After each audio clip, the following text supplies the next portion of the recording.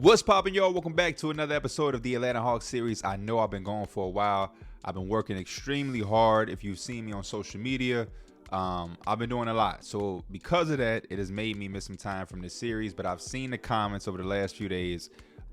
This series is not going nowhere. It ain't dead. It ain't done. I appreciate y'all concern, but we back. I'm sorry. I'm gonna try to get these episodes out as much as I can in the midst of all of this new extra work that I've been doing. But please believe that we are still active and going in this series. It's been a while, so just to refresh our memories, my memory included, we are 21-8. We are at an 86% chemistry, which if y'all remember when we started, we were nowhere near an 86, so that is phenomenal. And when we take a look at the standings, we are currently third. We're third, and we're a half game back behind the Magic and the Cavs. And the Philadelphia 76ers is right there next to us as well. So, yeah, this is a good start. We definitely have exceeded my expectations, which is all I wanted. I wanted to be able to comfortably get into the playoffs and not have to play in the play-in. Last episode, is it time to trade Quentin Grimes? I think it is. Hopefully that's something that we can accomplish this episode, if I'm being completely honest. 8.5 points, 3 assists, 37% shooting, 38% shooting, and then 32% from three. It's just not cutting it. And it's also at a point right now we just don't have a backup point guard, and I'm really on the market for that, if I'm being completely honest. I think we need a legitimate backup point guard who can come in and facilitate, but also be able to get some buckets for us off that bench. Couple of things that I'm looking at while we think about the market is the standings. This is the biggest teller for me of where we should be shopping. So you have the Washington Wizards, who are down at the bottom again. And they have D'Angelo Russell, who's on a one-year deal. Thinking about D'Angelo Russell, his age, the contract, the timeline, that's a guy that I'm probably going to put on the board for us to look to inquire on. I think he could be a good spark for us, a guy who is scoring, a guy who has the ability to facilitate, and a guy who can be a game changer in the playoffs. If we can bring D'Angelo Russell off of our bench, I really like our chances, especially for our young guys, because like I said, he'll be able to find them, play with them. I think he could play minutes with Trae Young if need be. So I love the idea of maybe targeting D'Angelo Russell while he's on the last year of a deal on a team that's probably not going to value him as much, because they know they're going to be going to the draft again with another lottery pick, potentially drafting at his position. Another team I'm looking at is the Hornets, or I looked at was the Hornets. The Hornets really don't have anything. They don't have much, which is why they're probably where they are in the standings. But I will show y'all something that crossed my mind just a little bit that I just saw. Just wanted to see the temperature on it, and I want y'all feedback on it when I show y'all. The Raptors, another team at the bottom of the standings. I looked at Russell Westbrook. He's having a solid year. Hard to really judge because he is playing the lowest amount of minutes in his entire career. But we already know what we're getting for Russ. Not going to be shooting the three ball too well. Free throw line is but he's still being Russ. Still 10 points per game, 5 rebounds, 5 assists, damn near a steal. Turnovers are low due to the low minutes. Still effective from the field. And the three-point shot is just something that you just taking whenever you can get from Russ. Shooting a free throw a little bit better, I'll give him that. Just a veteran spark off the bench. Somebody who can be consistent, knowing he's going to have the energy and the fight. Just an idea, not nothing that I'm really set in stone on or anything. Just somebody that I'm looking at. My thought process and my theory is to just look at the bottom of the standings for each conference and look at teams that are struggling and that are way behind and trying to see if they have pieces that we can take and put on our team to propel us, because a lot of these upper echelon teams, the Cavs aren't really making a deal with us right now. If I'm being completely honest, they don't have much that we would want. But even if they did, I just don't see a world where they're in a position of looking to trade for role play or bench pieces or things like that. Same thing with OKC. This team is pretty much set in place. They're not going to trade anything significant. I mean, Trey Mann is still out there. We maybe potentially continue to target him, but outside of that, nobody in their real rotation is probably going to be moved. Mavericks don't really have much. They're obviously banking on Kyrie, Luka, and Kyle Kuzma with the growth of Derek Lively. But as far as the bench, it's just solid. And I think it's it's working because they do have a little two-headed monster over here with a really, really good third option in Kyle Kuzma. But again, looking at the lower standings, Sacramento is not the typical lower standard because they missed Domantas Sabonis for a huge portion of the season, which has allowed them to really struggle because they don't have a backup big.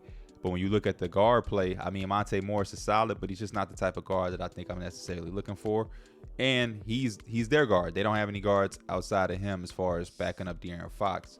So I'm just looking for, like I said, that balance. I looked at Markelle Fultz. The perimeter game is kind of concerning. 21% from three. I mean, that's worse than Russell Westbrook. He is on the last year of his deal as well, though, I think for $16 million or $6 million. Okay, so Markelle Fultz, the guy that we got in mind. Chris Paul would be a nice option. The only thing about CP3 is that he's making $30 million. $30 million. So it's going to be tough. And then last but not least, a guy that I am going to really consider is a guy out here in Chicago that's struggling. But he got hurt again, so that's something to watch. But Lonzo Ball. I think Lonzo Ball would not be a bad option. The Chicago Bulls right now are in a tough spot. 11-19. It's not looking too bright. Lonzo probably doesn't have much of a future with Chicago because he hasn't really played. And he came back this year for them, but even in his comeback, he has like a strained Achilles or something like that. This is the last year of his deal at $21 million. So, what does it say? Yep, strained left Achilles, is out for 1 to 2 weeks. But because of his size, because of his shooting ability, because of his playmaking ability, he wouldn't be a bad option for us. And these numbers aren't necessarily terrible. You have to remember, coming off the injuries he came off of, he's only playing, 20 minutes a game, really. But he's giving you 8 points. He's giving you 3 boards, 5 assists, a steal and a half, almost 2 steals in 20 minutes. And then he's giving you 41% from 3. This is as solid of a bench piece as you can ask for guard. Again, another guy who can play with Trey. Another guy that can come off the bench and lead that second unit. And just give a bunch of different options. Even when he's playing with Trey, he could play off of him and be a spot-up three-point shooter. He could play with him and create looks for him. I really am intrigued with the Lonzo Ball situation. And then when he comes off of that $20 million contract, I would expect and assume that the asking price wouldn't be that high for us to bring him back, which is another thing that I'm trying to look at and consider. Because you have a guy like D'Angelo Russell, where I feel like D'Angelo Russell might legitimately be a real rental, where we trade for him. Even if he does well, are we convincing D'Angelo Russell to come back for half of that money, $19 million? Can we chop that in half? I don't think so. Lonzo Ball, there's a real situation where he can go from 20 to 10 to $12 million on a 2-year deal or something like that. So just things that we have to consider. The thing about Lonzo, though, we do have to wait for him to get healthy, which is no problem. We're not in a rush, so we're going to add him to that target list. We're also going to add D'Angelo Russell to the target list, just because I feel like I said he's been phenomenal for the Wizards. He just doesn't fit the timeline. They're 7-22. We got to swoop in and take advantage of that. And then looking around the rest of the league, there's just not too many options. I'm not even going to throw Russell Westbrook on there. I don't know if he fits the identity of what we're trying to do for our team. And everything else is just kind of limited out here. Fred wouldn't be a bad guy to look at, but that contract is just so monstrous that I think it's just too much for us to even consider. The Chris Paul contract at $30 million is a lot, but then you factor in Fred VanVleet adding another $14-15 million to that contract. It's tough. We'll look at Chris Paul just in case, and I think that honestly might be it. At the shooting guard position, combo guard type guys, they just aren't out here like that. To be honest with you, I'll throw Caruso. Caruso is having a really tough year out here in New Orleans, so I think we may be able to, if need be, out of desperation, go in and try to swoop in on him. He's 2 cold zones right now, and these numbers I'm about to show you are a little bit terrible. 4 points, 2.5 rebounds, 4.5 assists, 1.4 steals a game, a block, 2 turnovers, 33% from the field, or 34% from the field, 24% from the three-point line, 90% from the free throw line. But again, just these numbers are god-awful for a Pelicans team that is definitely looking for pieces to complement Brandon Ingram and Zion Williamson, a.k.a. be able to make open three-point shots off the catch or contribute some way offensively. He's just not doing that for them. So we might look into this situation as them having not necessarily the best marriage, and maybe people around the league thinking his value is dipping, and hopefully seeing if there's something that we can do with him. But yeah, that's how we're going to look at that. And then we also have Quentin Grimes we'll put on the block. Schroeder, just because he has a large 1-year deal, can go on that block. And I think that might be it for now. Eventually, I think we have to look at Jalen Smith being on the block because he just hasn't offered us anything. And I'm disappointed because I thought there was going to be something there. He just hasn't been able to really contribute, and therefore he fell out of the rotation. And he can't even be traded to January 26th, which is about a month away. Getting back to the grind, though. Try to get out here and get us some more wins, playing against the Knicks on Christmas Day. This is a game that I was going to play.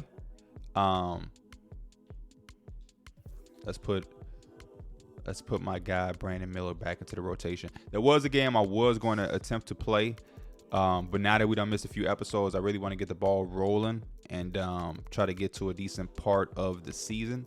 Specifically, trying to really get to that trade deadline. If I'm being honest with y'all, I think that's something we can really look to try to booster up this team, and we'll have Bruce Brown be back there, 6-man, boom, boom, boom, boom. They good.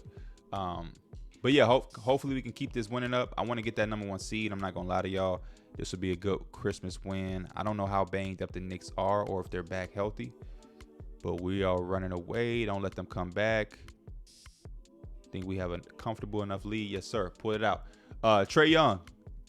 He loves playing against the Knicks. 33-7-2, 14-30. It's been a while since I've seen him taking this many shots, but I love to see that.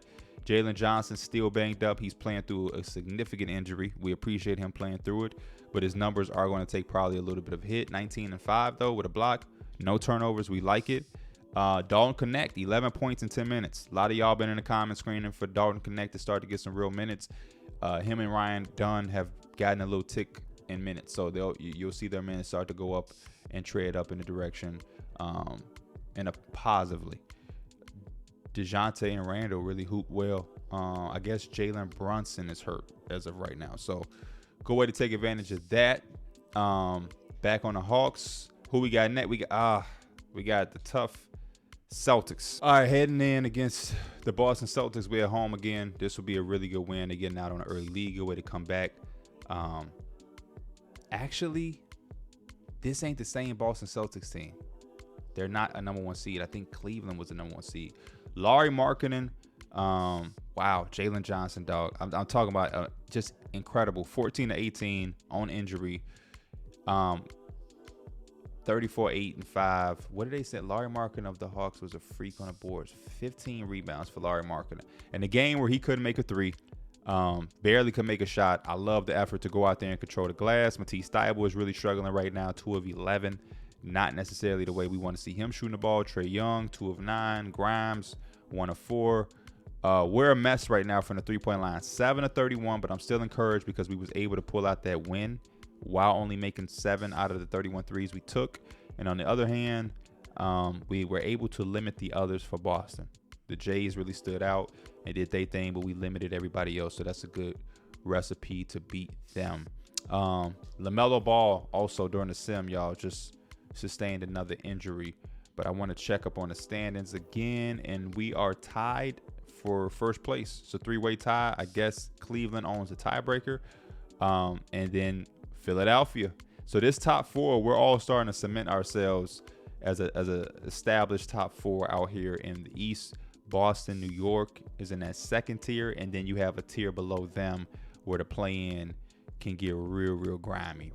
You have the top tier play-in tier, and then you have this bottom level play-in tier where the Bulls, Heat, and Brooklyn, they can really, there's going to be a really ugly, nasty little fight for the play-in down there at the bottom. We thriving.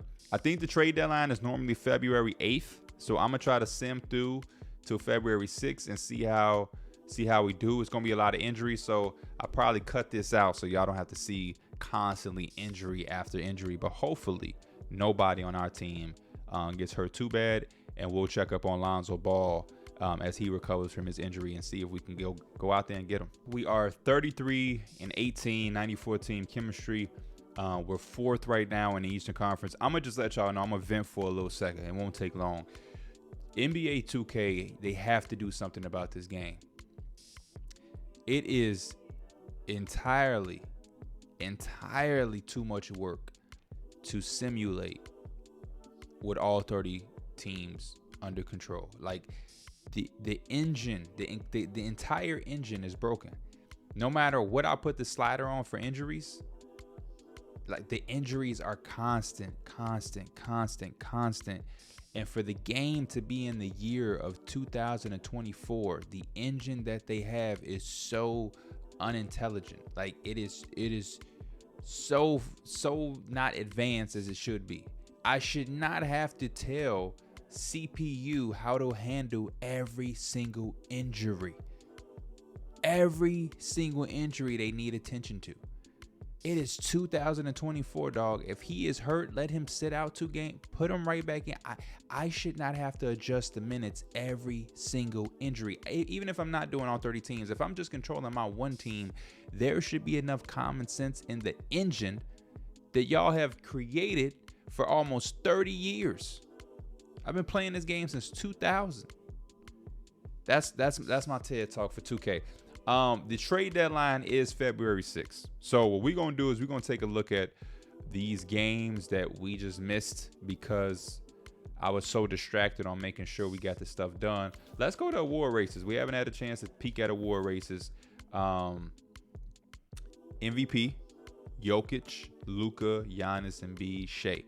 So kind of mirroring actually real life. Not necessarily the same order, but the same type of candidates if they were all at full health. Rookie of the Year, Alex Sarr. He's doing his thing with the Grizzlies. 2 blocks, 7.5 rebounds, 14 points. Ron Holland is surprisingly doing his thing with the Bulls. Topic is doing his thing with the Spurs. Zachary Richardson, he's just had a torn MCL. As you can see at the top right, another one of the injuries I had to deal with. And then Stefan Castle, which is dope. Not necessarily the stat line that you're used to seeing, but he's doing a little bit of everything for them over there. 6th man of the year, Jalen Green. Jalen Green embracing the 6-man role for the Houston Rockets, and it's paying off. Brogdon is over there doing his thing with the Jazz. They acquired him in the trade with Lauri Markkanen, so good to see that they're earning good on their trade. Malik Monk, Cam Thomas, and Jaden Ivey, who is also embracing the 6-man role out there in Detroit. Defensive player of the year, no surprise here, Victor Wembanyama, dominating with 3.3 blocks. Claxton and Chet are there as well, and there's no Rudy Gobert. So that's interesting. And then most improved player, Jalen Johnson, the guy Jalen Suggs, who got the bump from the random event generator. He doing his thing, 17, 5, and 3.5, a steal and a block. Nembhard, who just got paid, 10 and 7, stepped up in some injuries. Kessler, and then we got our boy, Jalen Johnson, giving him 18, 9, and 5, a steal and a half, and almost a block. I honestly think from a numbers perspective, he blowing these guys out of the water. He's doing a damn near everything, like legitimately. He got defensive numbers. He got scoring, assists, rebounding. Jalen Johnson has been phenomenal. He's shooting 53% from the field, 31% from 3, a career high, playing a career high in minutes. He doing his thing. And then clutch player of the year, Boston has 3 guys, man. That is insane. 3 guys for key clutch player of the year is on there for Boston. The deadline is tomorrow. I'm thinking about potentially having a deadline episode again, where the next episode we just dedicated to the deadline. Go around the league, looking at different things that make sense for each team around the league. How can they get better? Yada, yada, yada. Let's look at the standings, see if there's anybody that rose or dropped too far. Orlando has entered the chat. Or were they already up there? I think, matter of fact, Orlando had always been up there. So Cleveland is still number 1. They're now up there with a significant lead. It was all neck and neck. We dealt with some injuries, nothing major. Trae Young missed some time. Jalen Johnson was banged up a little bit, and they took advantage. The only injury they really had was Jared Allen, which is a little injury. So they've won 4 straight. They have a 5-game lead, and then so they're top tier 1 by themselves. Then the next tier is Philly, Orlando, us, and Boston. And then you have this third tier which is like trying to avoid the play-in, which is New York, Detroit, surprisingly, Milwaukee, who Chris Middleton, like they're a team that annoys me because Chris Middleton constantly is hurt. He's constantly hurt. Like, and he has the injuries where you can't leave as is. He can't play through it. He has to get taken out of the rotation. You have to take all of his minutes away, and then he'll come back in a week, and then you would have to redo all of the stuff and put him back in a rotation, and then another week goes by, and now he's out for 3 weeks. Like, it's constantly taking Chris Middleton out of the rotation. So I'm annoyed with the Bucks. The Miami Heat, Pacers, Bulls, Nets, shit. Even damn near. The play-in is probably secure, right? The Bulls aren't going to, yeah. So the play-in is kind of secure. It's just these three teams trying to avoid the play-in at all costs. Out west, any surprise? Not OKC. Dallas is up there. Minnesota, Denver, Memphis is bouncing back from an injury-riddled year. Golden State doing a thing. New Orleans, Los Angeles, Phoenix, and the Lakers are in the play-in again. So usual suspects out there. Sacramento slowly trying to turn their season around. And it's just in time for the trade deadline. And one thing I do want to look at before we end this episode is Lonzo Ball. Lonzo Ball got back healthy. His numbers are still basically the same as we saw. I think the points dropped a little bit, but still 8.35 a steal. The 3-point percentage dropped a bit, but he's still just giving you a solid 20 minutes per game. Causing havoc defensively. I mean, his steal average is almost the same, and he's playing less minutes, extremely less minutes. He's playing 10 plus minutes, 13 less minutes, and he's almost having the same steals. So that's something that's telling and encouraging. What exactly would they want for $21 million? Just doing a trade finder. Obviously, I can always cook my own trade, but Khan won a second-round pick. Trae Young, y'all are crazy. Jalen Johnson, y'all are insane. Clint Capella, and then you have one where there's AJ Griffin and Dennis Schroeder, and we bring back Zoe and Dalen Terry. I wonder if there's a trade out there that could involve Zoe and Grimes. Zoe and Grimes. Would the Bulls have any interest in Grimes? Oh my gosh, they don't do it. They don't do the trade finder like that. The trade finder used to be you can click on one guy and you can go and click on a player from your team and they'll orchestrate deals that have both of those guys. I guess they don't do that anymore. So the asking price ain't too high, which I am very ecstatic to see. Maybe we could even do something when we took AJ Griffin out of this and we made it Quentin Grimes. Maybe that would work. I really just I don't have any room for Dalen Terry. I get we got to have the players to match or whatever, but we would have to figure something out there. Dalen Terry, I think I'm good on as of right now. So that's that. Continuing to look around the league, just to try to put some thoughts in our head ahead of the trade deadline. D'Angelo Russell, who is kind of having the same type of years. Numbers is dropping just a tad bit. Clint Capella, they are looking at. Clinton's in this trade again. Conwu, so they're looking at every trade. Okay, this is an interesting one. We obviously wouldn't take their first round pick, but it seems like they would like this deal. They would be okay with that. Grimes, Schroeder, maybe throwing a second round pick, give them some type of draft compensation. But out of the 5, 4 of them have big men involved in them, so they aren't necessarily sold on Daniel Gafford. Obviously, that's interesting. And is there anybody else that I had in mind? I'll take a look at Chris Paul. We might not have anything. $30 million is a lot of money. Yeah, I'm not liking any of these deals. We good. Anybody else? Oh, Caruso. Is his numbers improving?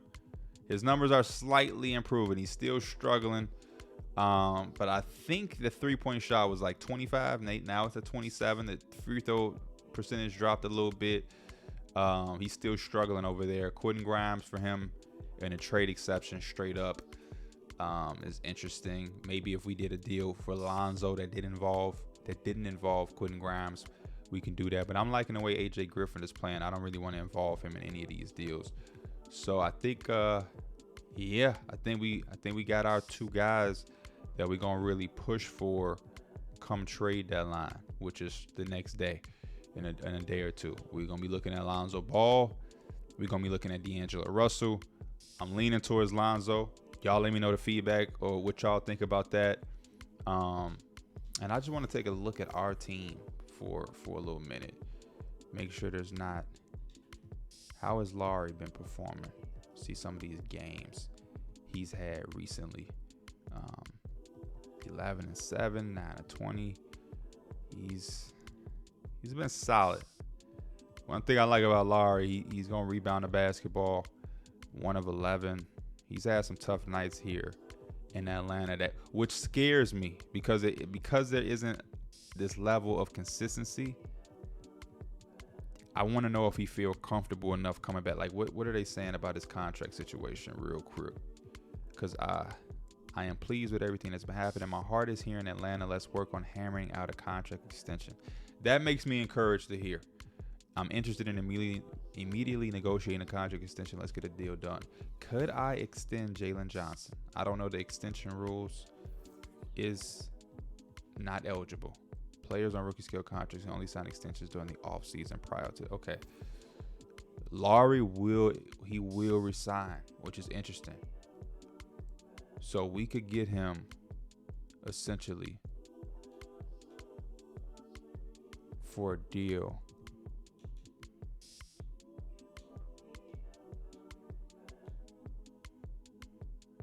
like this. I would like a deal where it's front loaded. We could get him for about 21.2. What is he making right now? He's making 18. Yeah, we probably. Hey, we gonna have to make a decision on Laurie marketing, y'all. We got to make a decision on Laurie marketing.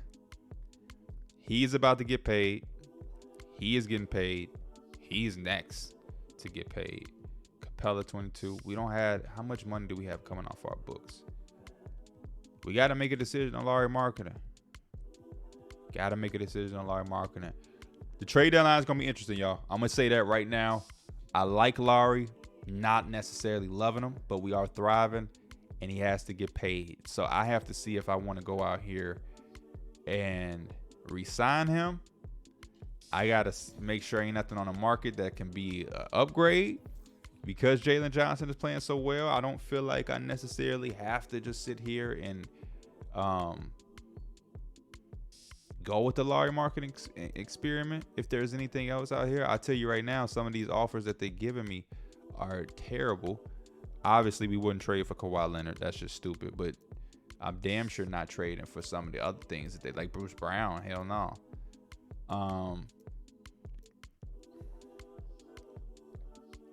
Austin Reeves, I just saw. Kyle Kuzma, Claxton. It's hot shit out here. They just offered me Rui Hachimura and Zach Collins is being offered to me for Laurie marketing. Naz Reid. Yeah, I'm better off just going out and kicking up my own trade. The one that I'm really looking at would be this one, to be honest with y'all. And then we'll get out of here for sure. For real. This is the one I'm looking at.